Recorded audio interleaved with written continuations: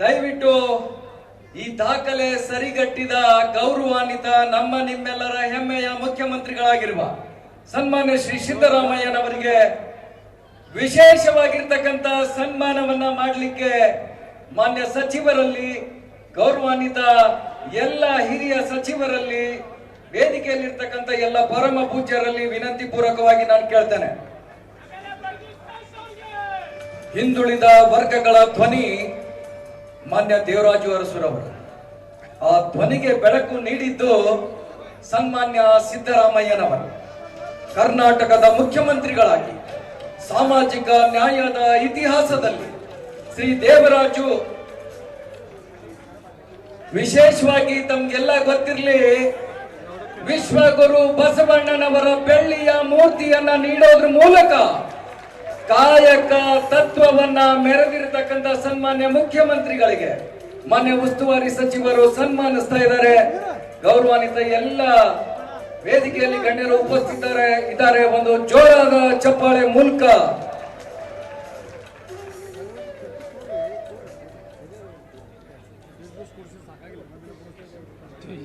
ವಿಶೇಷ ಏನು ಅಂದ್ರೆ, ವಿಜಯಪುರ ಅಂದ್ರೆ ನಮಗೆ ರೊಟ್ಟಿ ಬಿಟ್ರೆ ಉಂಡಿ ನೆನಪಾಗುತ್ತೆ.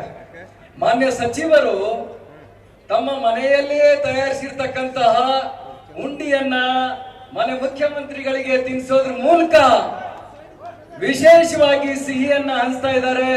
ಒಂದು ಜೋರಾದ ಚಪ್ಪಾಳೆ ಇರಲಿ. ದೇವರಾಜು ಅರಸು ಸಾಹೇಬರ ದಾಖಲೆಯನ್ನ ಸರಿಗಟ್ಟಿ ಮುನ್ನುಗ್ತಾ ಇರತಕ್ಕಂತಹ ಸನ್ಮಾನ್ಯ ಮುಖ್ಯಮಂತ್ರಿಗಳು ಇನ್ನು ಈ ನಾಡಿಗೆ ಬಹಳಷ್ಟು ಕಾರ್ಯಗಳನ್ನ ನೀಡೋದ್ರ ಮೂಲಕ ನಿಮಗೂ ಸಿಹಿ ಆಗಲಿ ನಿಮ್ಮ ಬದುಕು ಅಂತ ಹೇಳಿ ಮಾನ್ಯ ಸಚಿವರು, ಗೌರವಾನ್ವಿತ ಪರಮ ಪೂಜ್ಯರು, ಉಪಮುಖ್ಯಮಂತ್ರಿಗಳವರು ಸಿಹಿಯನ್ನ ತಿನ್ನಿಸ್ತಾ ಇದ್ದಾರೆ. ಒಂದು ಚಪ್ಪಾಳೆ ಇರಲಿ.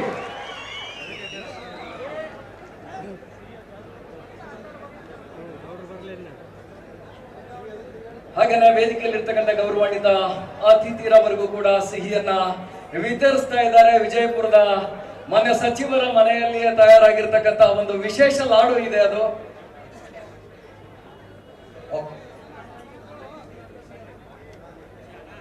ಈಗ ಈ ಕಾರ್ಯಕ್ರಮದ ವೇದಿಕೆಯಲ್ಲಿರ್ತಕ್ಕಂಥ ಗೌರವಾನ್ವಿತ ಶ್ರೀರಾಮಲಿಂಗಾರೆಡ್ಡಿ ಮಾನ್ಯ ಸಚಿವರು, ಸಾರಿಗೆ ಮತ್ತು ಮುಜರಾಯಿ ಇಲಾಖೆ, ಕರ್ನಾಟಕ ಸರ್ಕಾರ ಅವರು ಈ ವೇದಿಕೆಯನ್ನ ಉದ್ದೇಶಿಸಿ ಮಾತನಾಡಲಿಕ್ಕೆ ಅವರಲ್ಲಿ ವಿನಂತಿ ಪೂರ್ವಕವಾಗಿ ನಾನು ಕೇಳ್ತಾ ಇದ್ದೇನೆ. Okay sir.